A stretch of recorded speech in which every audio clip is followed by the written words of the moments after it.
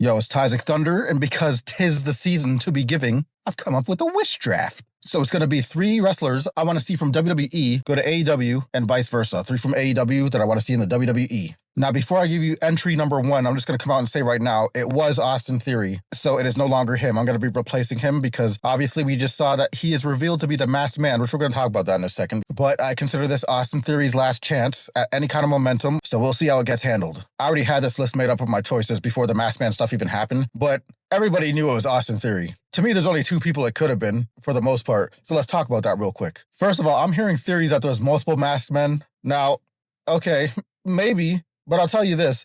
So the first week or whatever that we saw him, it looked like under the mask, like dude was doing blackface or something. Or he just had something under the mask to, I guess, to hide skin color so that you don't rule out people immediately. But then afterwards, an image started surfacing around Reddit, Twitter, social media of this guy close up. I guess fans took photos on their phones as this guy exited through the crowd that week. And we saw a close up of this guy's eyes, and he had blue eyes. Now, I'm assuming most people, I guess, just didn't see this because I'm hearing theories after the fact, no pun, that this guy is Montez Ford.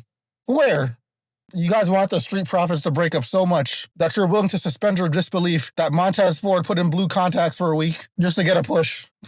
No, but there's certain people that should have been ruled out really quickly for a few reasons. Let's go over that. 1, I'm seeing people say it's Randy Orton. Is that okay? As soon as I saw how fast this guy scaled the cage, I made a poll. Randy Orton was just on like one of the choices just because so many people were saying it. Because I was in a bunch of different people's chats, live streams, seeing what different communities were thinking. And you wouldn't believe the answer. I saw Andrew Schultz, my brother in Christ. Andrew Schultz is not going to be super kicking like that or any. Whoa, shit. No, but we got to entertain it because there could be more than one masked man. But that leads me on to my second pick. I thought the second possibility was Santos Escobar. Here's why. So Santos has been gone for a while, and last I heard about him, apparently he was re-signed for like a better deal than he was previous, which surprised me because they weren't really doing anything with this guy. So I figured they would just release him like in, typical TKO fashion or whatever, whoever you want to blame. And athletically speaking, maybe Santos can climb the cage that fast, but I'll tell you who can't. Chris Jericho. Because that's another name I've seen thrown around out here. But yeah, for the most part, everybody knew it was most likely Austin Theory. And then when it was revealed to be Austin Theory, not many people were surprised. I guess a little bit of a retcon from their part, though, because if you remember, last time we saw him, they were seemingly going the route of turning him babyface in the presence of Grayson Waller. But I'm mad at the switch up because I was one of the people that were perfectly fine with him being heel. I didn't really want to see him go face. I just thought he needed to be booked better. Anyways, so Austin Theory is no longer my first pick. So now, my first entry for WWE that I want to see in AEW is now Ilya Dragunov. I guess for pretty obvious reasons, and there'd be many good matchups waiting for him. Way more so than there are for him in the WWE, in my opinion. For example, him versus Ricochet already happened in the WWE, but I feel like this match is like kind of forgotten whenever people talk about Ilya matches. So if real graps is going to be his thing, I think he would benefit over there. Now, next entry. From AEW to WWE, my first pick, Powerhouse Hobbs. Why Powerhouse Hobbs? Shit, where'd my voice go? So why Powerhouse Hobbs? I'll tell you why Powerhouse Hobbs. So this is more about the WWE landscape. So in my opinion, WWE has low-key kind of lost their identity in the sense that, back in the day, WWE was kind of seen as the big man's playground because, Vince was stereotypically into big men, no homo, whatever. And a lot of this is what people are talking about when they say that there's no more larger-than-life stars because everybody just kind of looks like normal and carry themselves as such, and there's no good characters, whatever. Do they pass the airport test? You get the idea. Now, not to say that they don't have big men currently, because they do, but the way that they've been handling them is questionable. And AEW low-key kind of has this problem too, but they handle it differently. But in WWE, you got people like Drew McIntyre, for example, losing to people who he should not be losing to. Imagine you're trying to introduce somebody to wrestling for the first time, or maybe they know about it, they have a little bit of knowledge, but they're like, oh, I don't know, I didn't really waste my time with it because I think it's fake. And then Drew McIntyre's losing to Sami Zayn. I don't think that guy's watching the product ever again. He's going to think that's stupid, which is why I keep talking about how realism is important. People act like it's not, but let's talk about this then. I wasn't going to talk about this, but let's talk about the John Cena tapout and why a lot of people are mad. Realism comes into play to this, amongst many other things. The fact that I still see a lot of argument around this. Okay, so first of all, let me give you my perspective.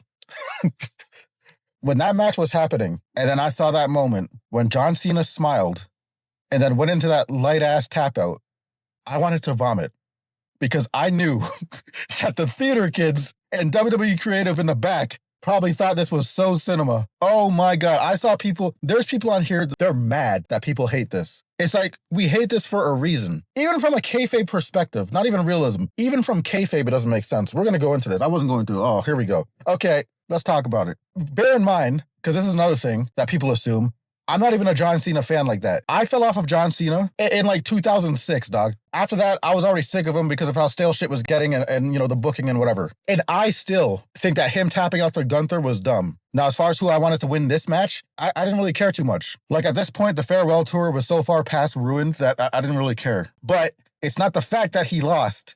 It's this forced cinema-ass moment that makes no sense that most people are having a problem with. For one, John Cena made his whole brand for like 20 years.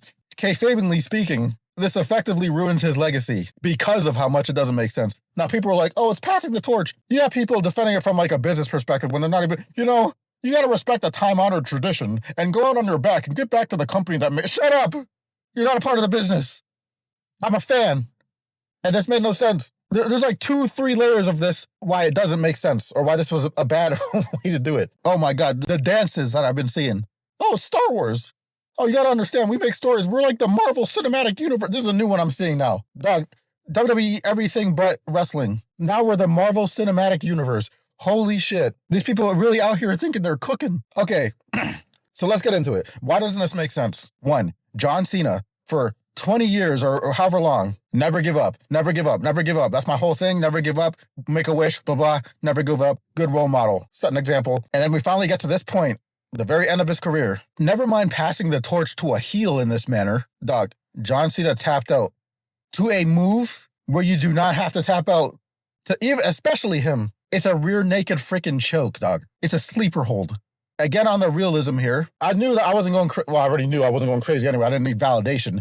But when I heard my sister, this isn't about having like MMA knowledge or none of that, martial arts knowledge. Even my sister thought that was stupid and came to the same conclusion of why didn't he just pass out?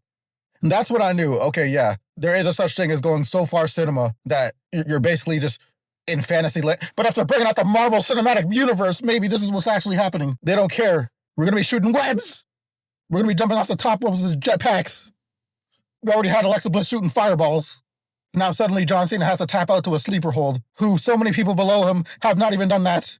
But here's the finesse. Here's the argument against it. It's like, oh, you got to understand. Oh, Gunther was attacked in the neck. Therefore, his neck was damaged, so he had to tap out. Dog, Cena's face did not show any pain at all in that moment when he tapped out. Even if there's more argument for this on paper, the way how it was executed fumbled the whole shit. Because John Cena, in the most relaxed position state ever, with that loose-ass grip on the fucking rear naked choke, dude smiles and then taps out lightly. That was not the tap out of somebody who has a damaged neck, is in pain, or whatever the argument you're trying to finesse there. That's not what happened. They fumbled the finish. The finish didn't make sense. It is not a tap-worthy finish for somebody like John Cena, who's been through way worse than this. And again, I'm not even a Cena fan to care this much about him losing. It's about the levels of ridiculous that this went while they're trying to sell it to us as pure cinema. So him tapping out in that moment like that effectively is him shitting on the fans that are there supporting him, especially after chanting, "Don't give up, don't give up." And then he gives up like that? But he clearly didn't have to? Whatever. Anyways, moving on. I think I was on Powerhouse Hobbs to WWE. But yeah, I think it'd be cool to bring back that image for the WWE of it being the big man's playground. Not that I care too much about that kind of thing, but, you know, back in the day, we had people like Kane, Batista, Undertaker, all badass, all giants, just big as shit. Like, imagine being a WWE talent right now, going to the gym, like, just constantly, or doing steroids for the people that care, like, whatever. Imagine being big as shit, and then you're there being constantly told by, like, Creative or Triple H, whoever, hey, you gotta lose to this guy. Should have did MMA, I guess. But yeah, that was my point on realism. That's where I got sidetracked. But yeah, back to the list. So Powerhouse Hobbs. Next entry. So entry number 2, WWE to AEW. My second pick is Julia. For obvious reasons, especially after the whole mess that was her U.S. title run. I think she would just fit in better over there. I mean, WWE doesn't exactly have the best track record when it comes to international talent anyway, so I can't say that I'm surprised about how this was handled. Now, before people say, hey, look at Asuka. Yeah, well, first of all, half of that was under more than half of that was under the Vince era, and even he still messed up portions of that. WWE, low-key, they have such a, like, us versus them complex when it comes to, like, here, I can give you the whole timeline of a Joshi. This probably isn't even Joshi exclusive, but let me tell it from the perspective of that. So here's what will typically happen. The WWE will sign somebody who's a big enough deal elsewhere already, like already established enough to where when they sign them, there's not a lot of work for them to do as far as the build-up because they're already kind of like a big enough deal. Hey, this person comes from here, they did all this, blah, blah, blah, blah. And then they build them up just enough to basically be a stepping stone for the person that they actually want to put over to be seen as the best, essentially. And this isn't even like a Joshi exclusive thing. That was just one example. Like they even did this to Sting, and he's not even a Japanese woman. It was like, oh, hey, look, it's WWE versus WCW. We got to remind them that we're better, so let's have Triple H win.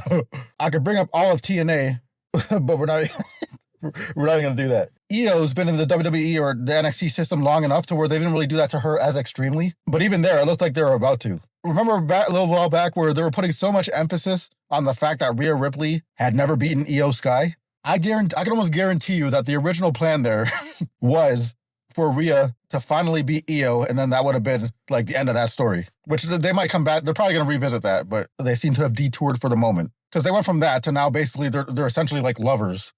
But anyways, I wouldn't even be surprised if that was by Rhea's request. Because I've heard her talk about the comments of like people calling her Rhea Hogan and stuff like that. So she probably cares a little bit. But yeah, anyways. So yeah, my second pick is Julia to AEW. Because like I said, I think she'll fit in better over there. All right, so next, AEW to WWE. My second pick is Wardlow. For exactly the same reasons as Powerhouse Hobbs. I'm telling you, let's chop that meat. Chop, chop. Like I said, in order to re-identify. And WWE fans seem to care more about that type of thing anyway, so just let them have that. Okay, so before I go on to my third and final entries, let me address this, because I've seen some other people's wish picks from AEW to WWE, for example. And one of the common names that I see is MJF. No, thank you. No. If I learned one thing, it's anything that happens to be super entertaining or that you enjoy to high level that happens outside of the WWE is never better when it's tried to be replicated in the WWE. For example, first I'll give you one that you'll probably try and fight. AEW Jade Cargill. The AEW Jade Cargill was different. She had so much aura. Oh my God. I don't want to use that word like that. But I'm telling you, like, considering that back then, she, technically speaking, would have been a worse wrestler, because that's what people's criticism, as soon as she came to WWE at least. Like you would think that WWE would be able to easier finesse that over AEW. But the way how she was booked in AEW was good enough to where it didn't even matter. You didn't like look at that. She was just badass. And she had the look, obviously. That's what people were mostly fixated on, especially as soon as she got to WWE. Better now that she's healed, because the problem is, at first, like, they wanted her to be a face so bad. And they were, like, hiding her from singles competition, just doing whatever they could to try and cover up whatever holes might have existed, sticking her in a tag team with Bianca and whatever. So now that she's healed, not only is this easier to handle, but she needs to bring the baddies back. The baddies is one of the best things about that. But yeah, that's my first example, AEW Jade Cargill. My second example, TNA Broken Matt Hardy. I hadn't messed with TNA for years. Like, the true identity of TNA and what it was at that point was so far, like, already, like, just past dead. And it wasn't until that final deletion stuff with Broken Matt Hardy and Brother Nero that it pulled me back in for a moment just to see what was going on there. And that was some good shit. That was entertaining. That was fun. But then, lo and behold, WWE signs Matt Hardy, turns him to Woken Matt Hardy, and guess what's not as good? Surprise! So yeah, I don't need PG MJF up in here. Like, miss me with that, please. Anyways, my third and final entries for this list. WWE to AEW, Bayley. I think it's time. Not only is she the most underappreciated when it comes to the Horsewomen collective, like, they act like it's just like two horsewomen, like, between Charlotte and Becky. But even at this point, like, I think Bayley's done enough in WWE to where her pursuing AEW would probably be even more fun for her. Because obviously she's got a lot of friends over there. And then obviously Mercedes Moné's over there. She can, like, I don't know, maybe do something with her even. But yeah, AEW's got a good women's roster. So, like, there's a lot of matchups that's just waiting for her. So I think it would be some fun. And again, they would probably respect her more over there.